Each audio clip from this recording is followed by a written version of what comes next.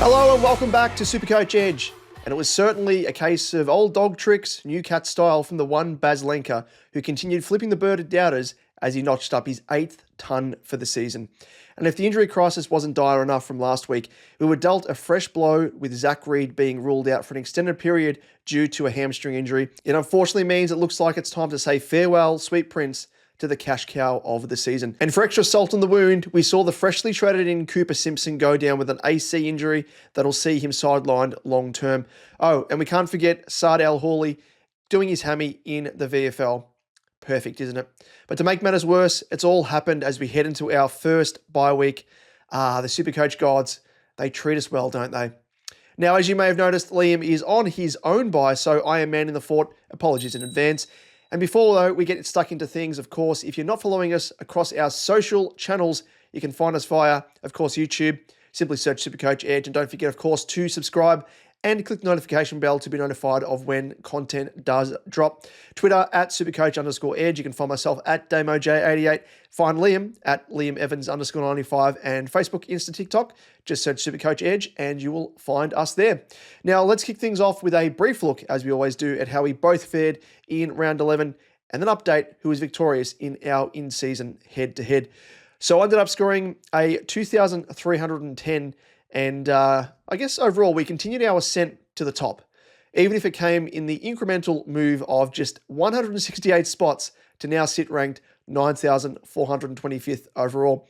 In terms of trades, we had to, decide between punting one of McRae or Horn-Francis, and we opted for the Hornbag due to what was a longer projected stint on the sidelines, and he ended up going for Clark to make me just one upgrade away from completing my defense, whilst I also jumped off one slowing cash cow in Cleary and jumped on another who is about to boom in Vicentini, and hopefully he does and stays around in Port's team. Of course, as I always say, to check out how I went line by line and want, if you want to hear about my trade plans for this coming round and how I plan to navigate the buys, be sure to check out my Team Talk episode that is now live on YouTube and via audio podcast form as well, wherever you get your good, bad and ugly podcasts, wherever you may get that. Now, in terms of Liam, he ended up scoring a 2,288. Ranking-wise, ended up rising around about 1.23k spots to now sit ranked 26,970th. So he's still making his way up the ranks, which is good to see. And in our head-to-head, I ended up snagging the 8th win of the season over Liam to the tune of 22 points, with the legend now sitting at 8 wins to Liam's 3, and the differential sitting at 460 points. Now, though, it is time, as we always do, to rifle through the old collection of the old tracks, the old hits, lay one down in terms of the wrap-up of the week in parody song form with the Round Remix. Captain Loophole, double score dream, best 18 heroes, that's the ultimate scheme. SuperCoach hustle, points on the board, every player stats like a secret hoard. But now is the time to get your fix, it's the SuperCoach Edge Round Remix. Round Remix. If you are, of course, new to the podcast, this is where each week we hit play on a parody song that we've put together, which best summarizes the round that was. Now, this round's remix track is one that pays tribute to a bloke who has surpassed expectations. He was the cheap price point coming off an ACL last season. He's now playing for a new side and not only made bulk cash, but has cemented himself as the best scoring forward for 2025. He's the bloke with the white headband and flowing blonde locks, flipping the bird at anyone who doubts him. Let's hit play on what's titled Old Dog Tricks, New Cat Style.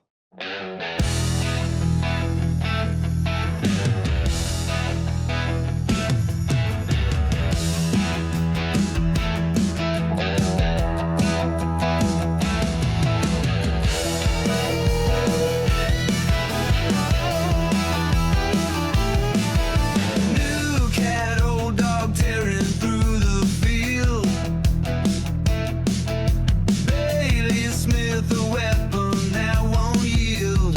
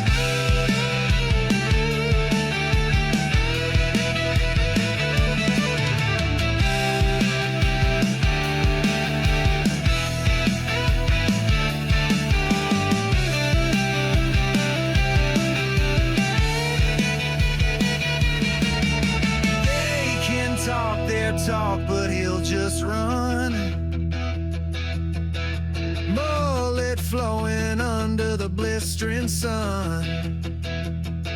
Old dog tricks with a new cat style. Bailey's got the game grinning all the while. He's a fire, the spark, the storm becomes SuperCoach King forward. Scoring's done, headband shining as he takes the crown. Bailey Smith tearing the whole game down.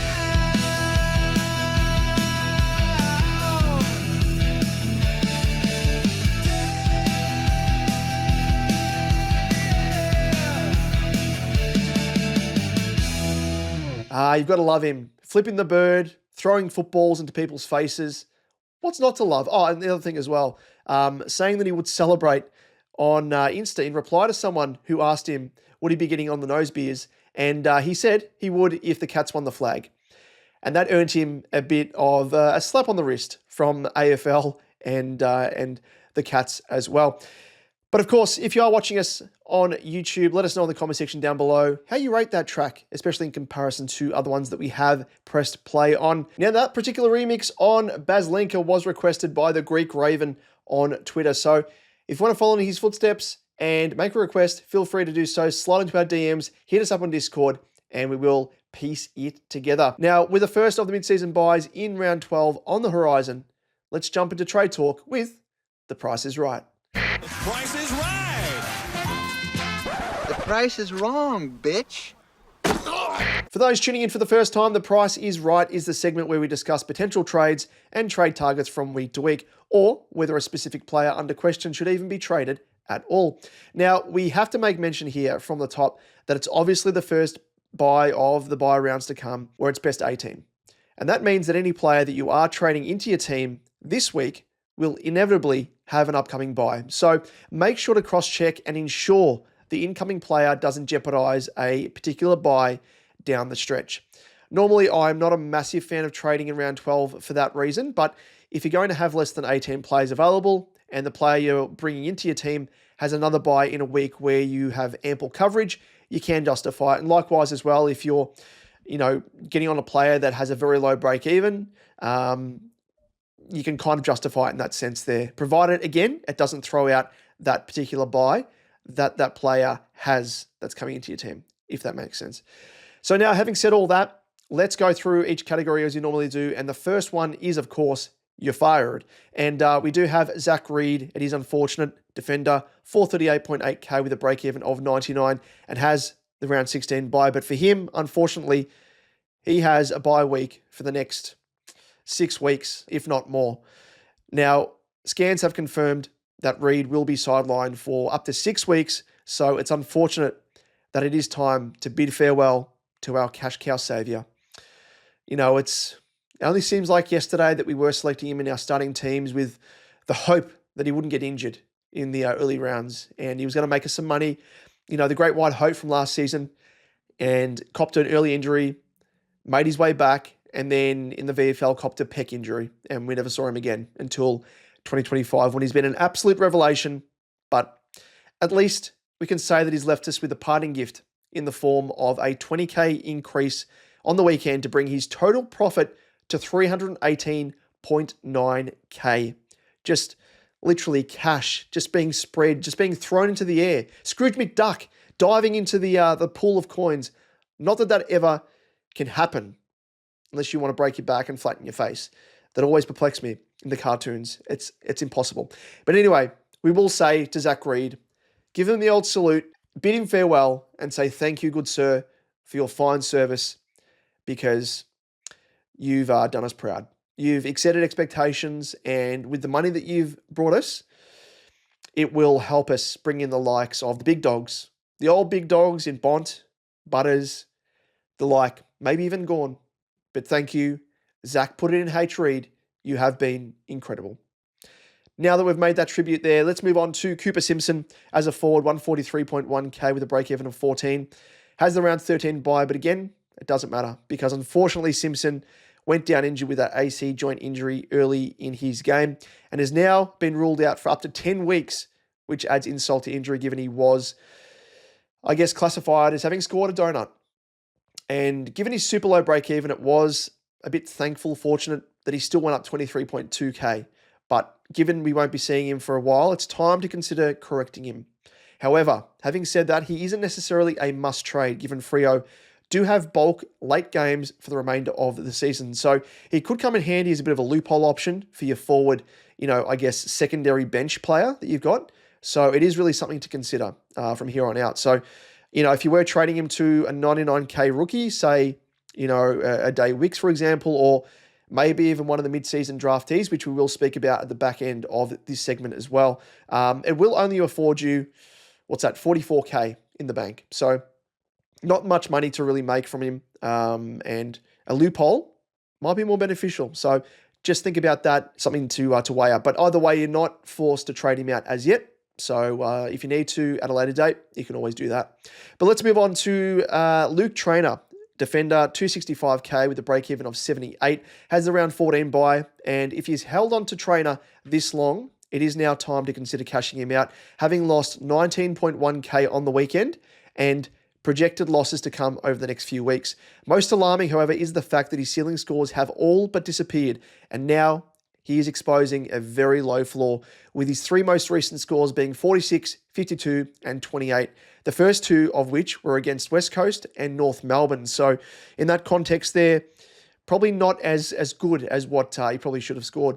Now, his break-even sits at 24 points above his average, so it is time to cash out the 151.5k profit that he has made you. I mean, you could wait. As I always say, this round, it's hard to trade out players, especially if they are playing, if they are selected. So personally for me, even though we're going through and we're throwing up these names of players, if you are struggling for a best 18 and, keeping a player like Traynor helps, then keep him. Keep him, because that sort of outweighs the cash loss, I think.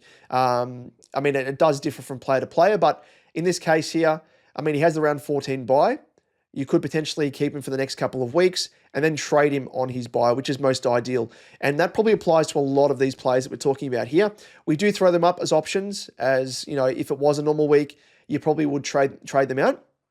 But we talk about it in terms of also if you need to find that money from a player by cashing out on a player like Traynor to then upgrade someone else who maybe is on a bye this week, if you need help in getting your best 18 for round 12. Now, having said all that, let's move on to the next category in the firing line. And we do have Harry Sheezel, defender mid, 516.8k with a break-even of 168, and has the round 12 bye, of course, this round. And it was another off game by Shees Nuts, backing up his score of 77 the previous week with a season low 63. And it was due largely to Clarko wanting to play Sheezel as a forward, and he didn't get any CBAs until late in the fourth quarter. We really at this stage have no idea what Clarko was thinking, nor do I think he even knew what he was thinking himself when he did that. But surely this role doesn't continue, given it didn't reap rewards in the form of any goals or impactful play forward of the ball. So I personally am holding Sheezel. I do think that he will go back to either a midfield role or back in defence, probably more likely back into the midfield, which does, in essence, elevate his ceiling. Probably not as much as what it would when he goes back into defence, but I am keeping the faith. Either way, having said that, it is cause for concern given that Clarko has been so willing to swing him around all parts of the field, from defence, midfield, forward on any given week, which throws out his consistency and brings into question whether he will finish as a top 6 defender. Now, it does help that he does have that, DPP, defensive mid, and, even though he does have the bye this week, he will provide that flexibility and, availability for the remainder of the buys. So I see some people using him as, you can't really use him as a stepping stone to a Bont or a Butters this round because they're both on the buy. But, if you were going to, it's kind of much of a muchness for me. I think it's too sideways. I think back to when people were trading Sheezel, well over a month ago when he was switched to a different role.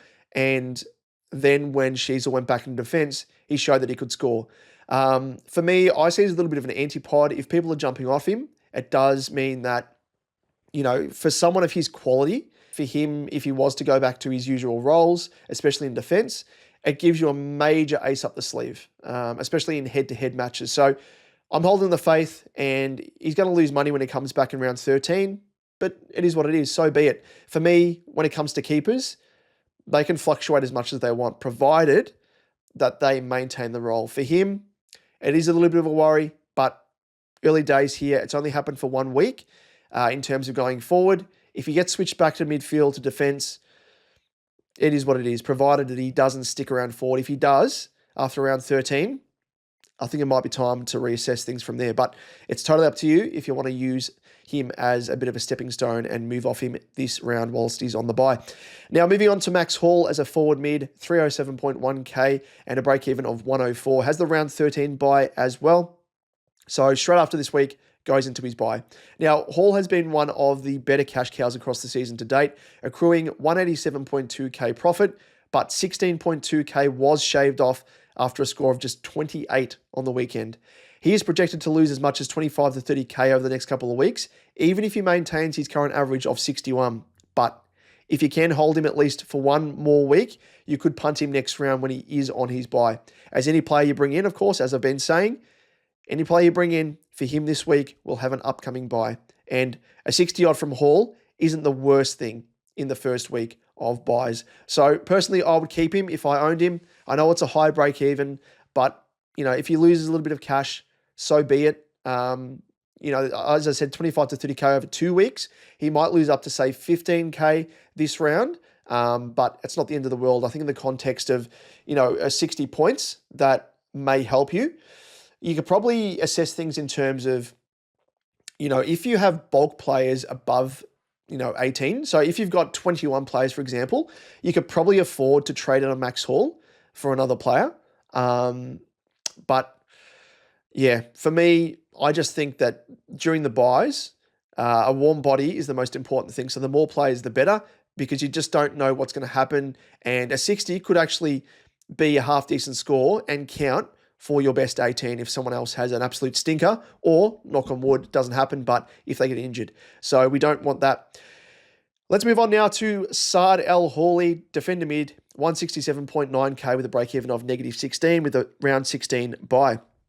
Now, it was surprisingly dropped to the VFL, classic Scott brother move, but to make matters worse, he sustained a hamstring injury that will sideline him for the next 4 to 6 weeks. Now, he isn't a must trade, as the most you can profit from him by trading him to a 99k rookie is 68k, but if you're struggling for cover across the buys, he might be worth correcting to a player that is playing this round. So again, similar sort of boat to, as I spoke about with, Cooper Simpson, to some extent, and maybe Luke Trainer. Zach Reid's going to be out across the entirety of the buys. I mean, Cooper Simpson will be as well, but he has that, I guess that benefit of being a loophole player potentially. Trainer's still playing, so it's not the end of the world there. But yeah, just something to really think about there. If you do need to trade out, a non-playing rookie, someone that's injured, makes sense in Saad-El Hawli. Now let's round things out with Ryan Marich. Forward mid, 483.1k with a break-even of 154 and has the round 15 bye. Now, he produced his second lowest score for the season with a 49, ending his streak of 84-plus scores and above dating back to round 3. So he's been ultra-reliable and consistent. Bit of an off week because he lost 16.7k as a result and now faces losing even more money with his lofty break-even of 154. Now, for the first time since round 2, he didn't take the most kick-ins either, with Duggan taking 7 to Marich's 4. It was almost a bit of a branching out in role for Marich as he drifted higher up the ground towards the wing, whereas previously he was patrolling within the defensive 50 arc for the Eagles. Now, it's not danger signs as yet, but it is cause for concern if the role persists, as it'll no doubt impact his ability to accrue easy scores as he has been doing. Now, again, comes down to role. If role does change permanently, then I think it's time to jump off. I still don't think Marich is going to be a keeper, either in midfield or up forward, so he's probably a bit of a stepping stone. However, who are you going to trade him to? It comes down to that. Is it beneficial? The player you're bringing in, what buy have they got? Is it going to benefit you further compared to having a Ryan Marich playing in round 12? So factor all those things in and then assess from there. Now, let's move on to the next category, and it is trade-in candidates, the juicy part. Now, first up, we have Jack Sinclair, defensive or defender mid, 573.7k with a break-even of 68. Now, Sinks has featured in our trade-in candidate category for the past 3 weeks running, and for good reason, because since then, he has scored 124, 131, and 143, with a 40k increase across that time. So we hope you took our advice and jumped on in the first week, as I did. So I am very, very happy I've been able to enjoy all those scores and got him for that bargain basement price. With his low break even this week, he could make another 20k in price as well. And he now takes, get this, the mantle as the best scoring defender and is a must-have in every side. So we hope you got him at that discount, but he's still underpriced by around about 10 to 15, maybe 18k. So now's definitely the last chance to get on him. Break even to 68. He could actually produce a bit of a nice captaincy score or a vice captain score. So jump on him if you don't have him. Next up, we have Zach Merritt as a midfielder, 553.3k with a break-even of 109. Has that round 16 bye, the last bye. And Merritt has had a very bit of a topsy-turvy season marked with some insane highs with scores of 124, 145, 156, and 172, but leveled out by low scores of 76 and 65. And this has seen his price dip 67.8k below his initial price. But the upside is he has a relatively high floor outside of those 2 low games that I mentioned there, with 2 89s and 2 scores of 106.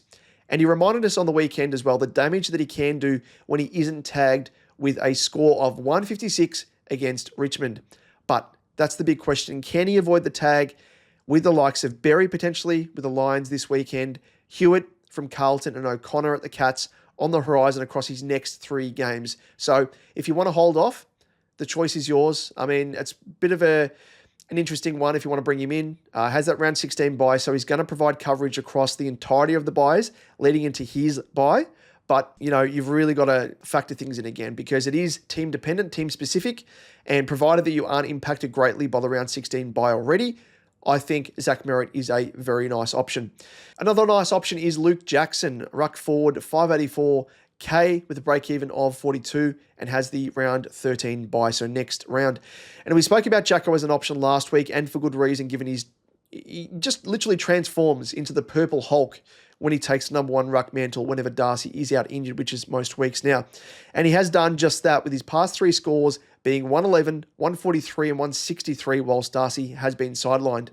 Darcy is listed as a test for this round, so would potentially hold off if he does play, as we could see him regress back to his lower ceiling scores, playing majority of the time forward and only pinch hitting in the ruck. But if not, Jackson could be one to target with such a low break even, but just be mindful, he has the bye next week. So if you bring him into your team, he's going to be out the next week on the sideline. So just, again, factor it in with your bye structure, how you're faring in terms of coverage for the next round. But having said all that, if Darcy remains out, he's a very, very good option. Now we move on to Max Holmes, defender midfielder, 519.2k with a break-even of 105 and has the round 16 bye. He has only turned up in 5 of his 11 games, but he has shown that he has a massive ceiling with scores of 125, 127, 128, 134 and 147. He does come off the back of a 128 against the Dogs that's seen his price increase 17.2k and now faces the Eagles, who he scored 121 against in his most recent encounter.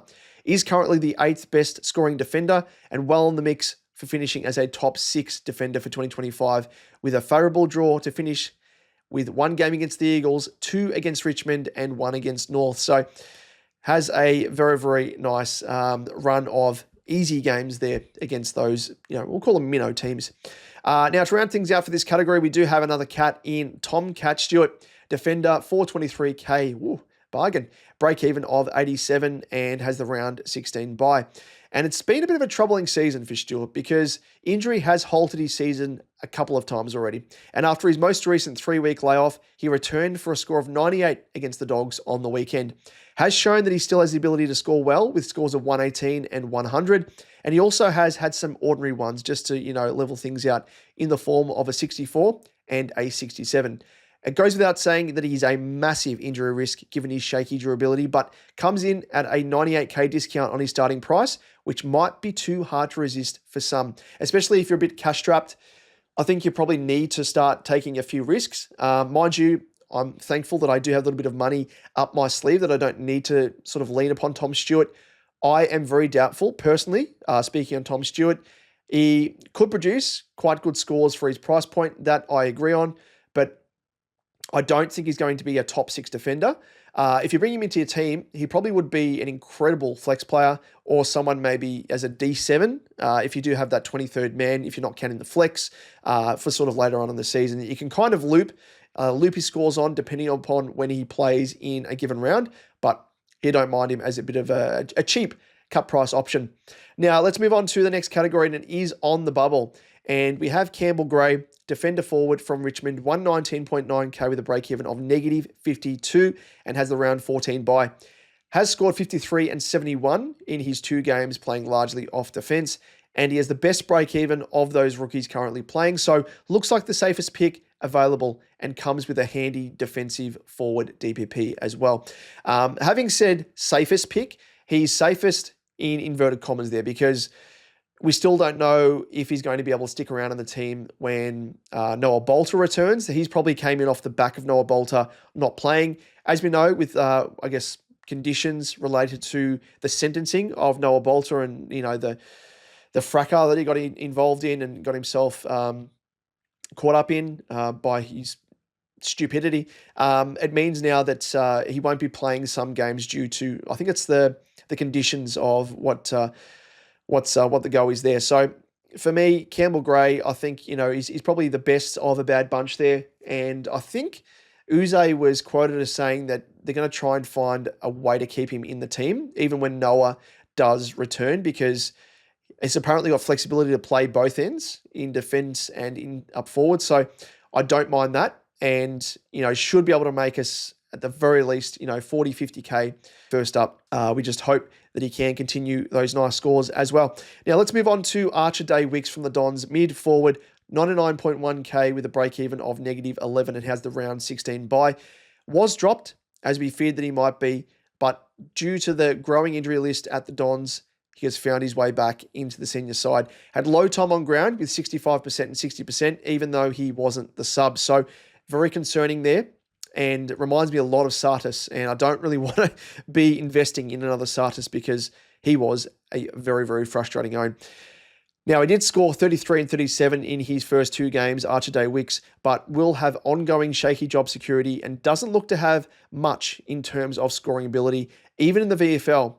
So can you really afford to take the risk of him getting dropped again and offering no buy coverage?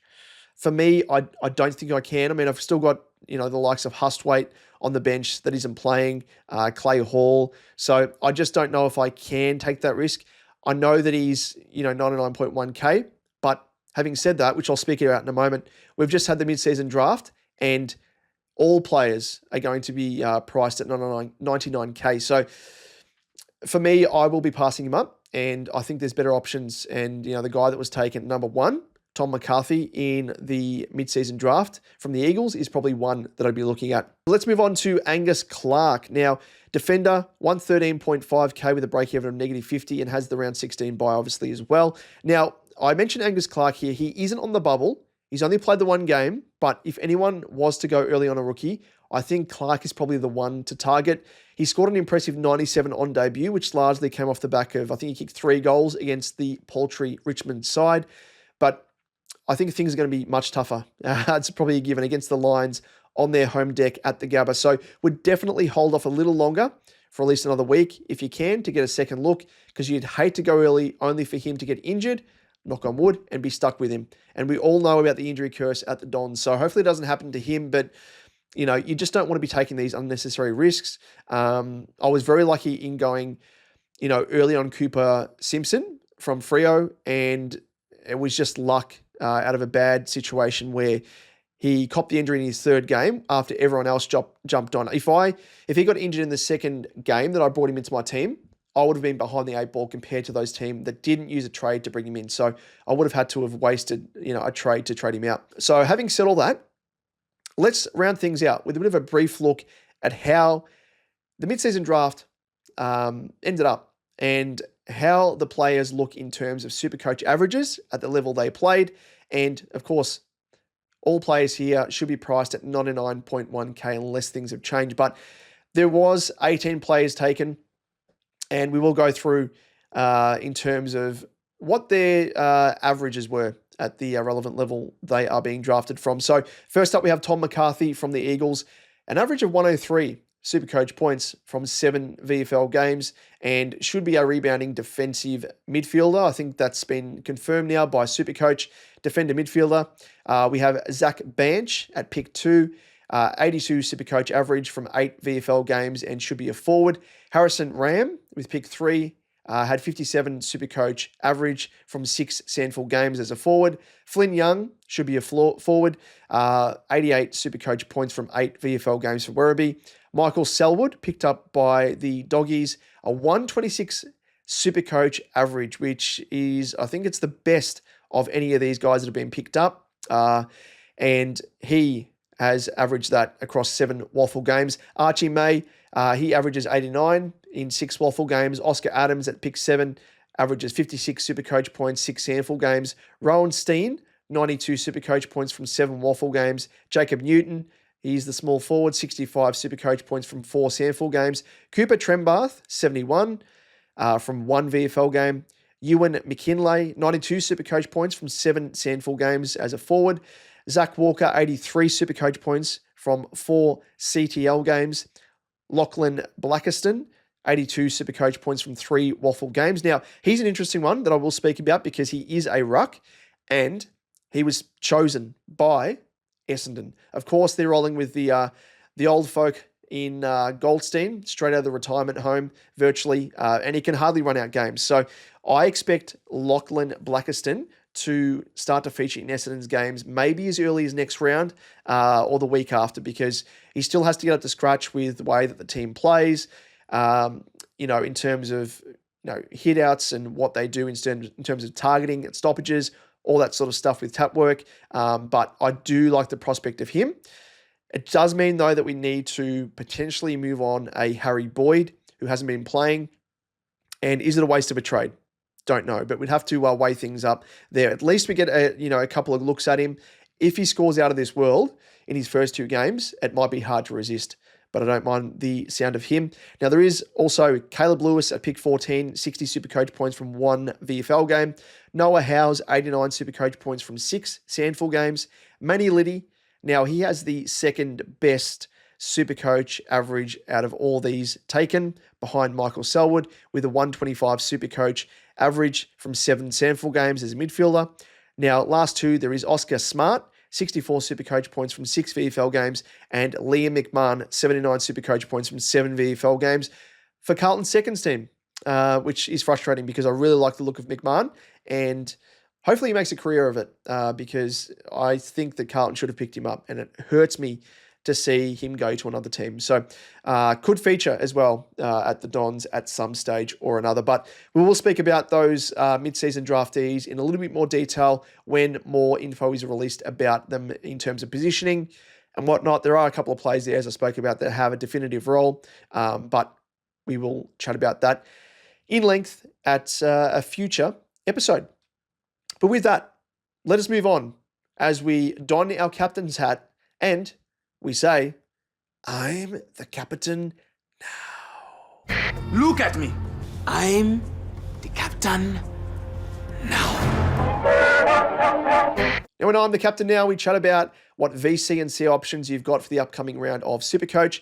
As always, we've scrounged through the data and found the best options for you to consider and narrowed it down to our top options. First up, we have Max Gawn. Now, Misogoni bounced back from his off game over 119 with a massive 153. He now faces the Saints and Marshall, who gives up the 8th most points to opposition rucks. And last time they played, Gawn scored a 180. Bit of a dart score. And this could be another big game from the bearded one. So if you are an owner of him, geez, I am envious. Next up, we have Lachie Neale. And Neale loves playing the Dons, so much so he has scored a 166, 109, and a 198 over his past 3 games against them, and averages a 125.7 against them across 15 games.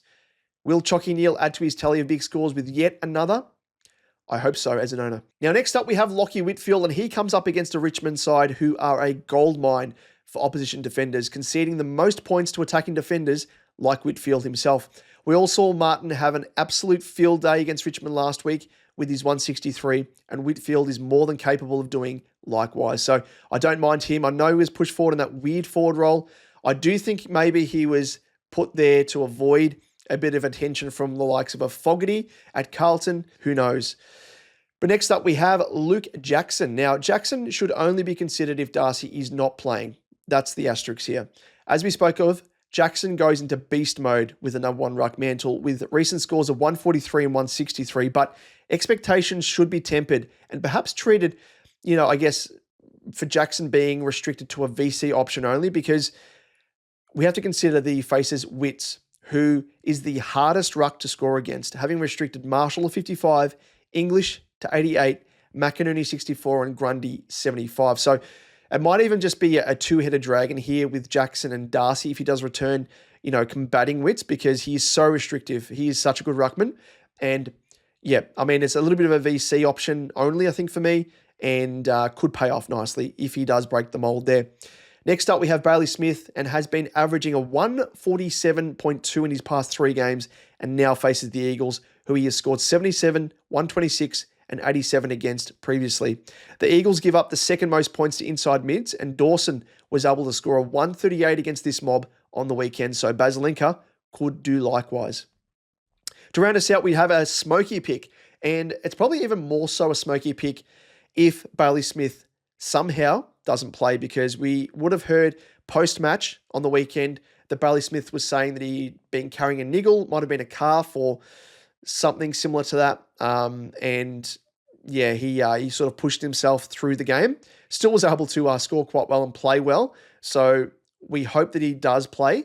But if he doesn't, Max Holmes' prospects and scoring potential goes through the roof. So Max Holmes here faces obviously the Eagles as well, who he scored a 121 against in his most recent encounter. And the same thinking for Baz applies here to Holmes. They should absolutely have their way with the Eagles mids and should score quite nicely. Now, let's move on to our captaincy head-to-head tips between Liam and myself.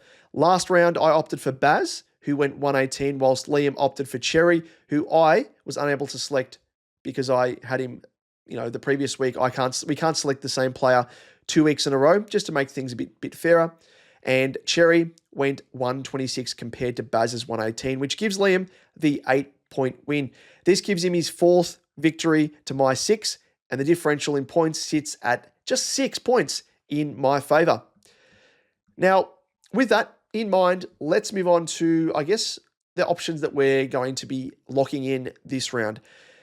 Now, for me, I was thinking of a bloke that I know Liam was going to choose. Liam has the first choice this time around, and he has said he's going for the Misogani option, the big bearded one in Gawn, who I was eyeing off, and I've gone back with my fallback option of Lachie Neal. So I am going to Lachie Neal him in, and he's going to be Misogani. I think watching him play on the weekend, he could break all records. Now let's round things out by having a look at the 2 SuperCoach Edge cash leagues and see how things are shaping up. And as we switch across here, we have, first up, the SuperCoach Edge Contributor Cash League 1, and we'll go through the ladder. And we have, first up, Still Dream of Heaney, Zane's team, who I think is, I don't really like cheese. I think that's cheesy. He has dethroned Slim's Garrison because he's taken his mantle. He has been there the past couple of weeks, but he just continues just holding the crown there and the Iron Throne. Slim's Garrison, Simon, good old Slimmy, he is in second spot. Sloppy Joe, Lane Pipe, who we all know, Jonas Goat, that is him, in third spot. Export Daniel's team in fourth. Moose Like Jagger in fifth. Bluesman, Grant's team in sixth. Unique Individuals, Andrew's team in seventh. And the SuperCoach Edge combined father-in-law Tankers, Pistol Pete's team, he is in 8th spot at the moment. It is a very, very tough league, this one. There's actually, in terms of separating third spot to eighth spot, one win is separating that. And we have one win separating ninth all the way down to 17th. So a really, really competitive league, that one. Likewise, the SuperCoach Edge Contributor Cash League number 2. Let's have a quick look at that. And we have here Zoracilla, Ryan's team. He has only lost 2 games and he sits atop the table on points scored overall, ahead of Small Victories, Matthew's team, also on 8-2. Nards FC, Lucas's side in 3rd. Nicky's team, Tyrell's Hacks in 4th. Brandon's team, Brisbane Bombers in 5th. Adam, of course, our number 1 ticket holder here at SuperCoach Edge. Good to see you having a nice season. Good, sir. Dinner for 2 in 6th spot. Aaron's team, Sausage Roll in 7th. And Andrew's team, Unique Individuals, rounding us out in 8th. And again, this is a very, very close, league. There's one win separating from 6 all the way down to 13th. And, geez, there's been a few draws in this league as well. And there's 2 wins separating both teams in the top 2 from those in 5th. So Nards FC, Tyrell's Hacks, and Brisbane Bombers in 3rd, 4th, and 5th. They all have a draw. So crazy stuff that's happening there. But to everyone in both of those leagues, again, thank you so much for getting involved. As it says, as a contributor cash league, you are helping keep the lights on here at SuperCoach Edge. And with that, as we know, the top prize is a $1,000 kitty that goes to the overall winner. But with that, ladies and gents, that rounds things out for this episode coming out of round 11. But before we go, of course, don't forget to follow us on YouTube. Just search SuperCoach Edge. And don't forget to subscribe to be notified of when our content drops from week to week. Hit the notification bell and you will be notified as well when the content comes fresh out of the oven. It's piping hot. Don't put it straight in your gob. It's like an apple pie. You need to let it cool. But you'll be notified about it on Twitter. I don't know about that analogy. But anyway, I'm getting to that point of the episode. Twitter, just search at SuperCoach_Edge. You'll find us there. You can find myself at DamoJ88 and Liam at LiamEvans_95. Facebook, Insta, TikTok, just search SuperCoach Edge and you will find us there. Well, that rounds us out for round 11. Best of luck for the first of the bye rounds. Hopefully you can come out unscathed and we'll see you all next week. Do it all again.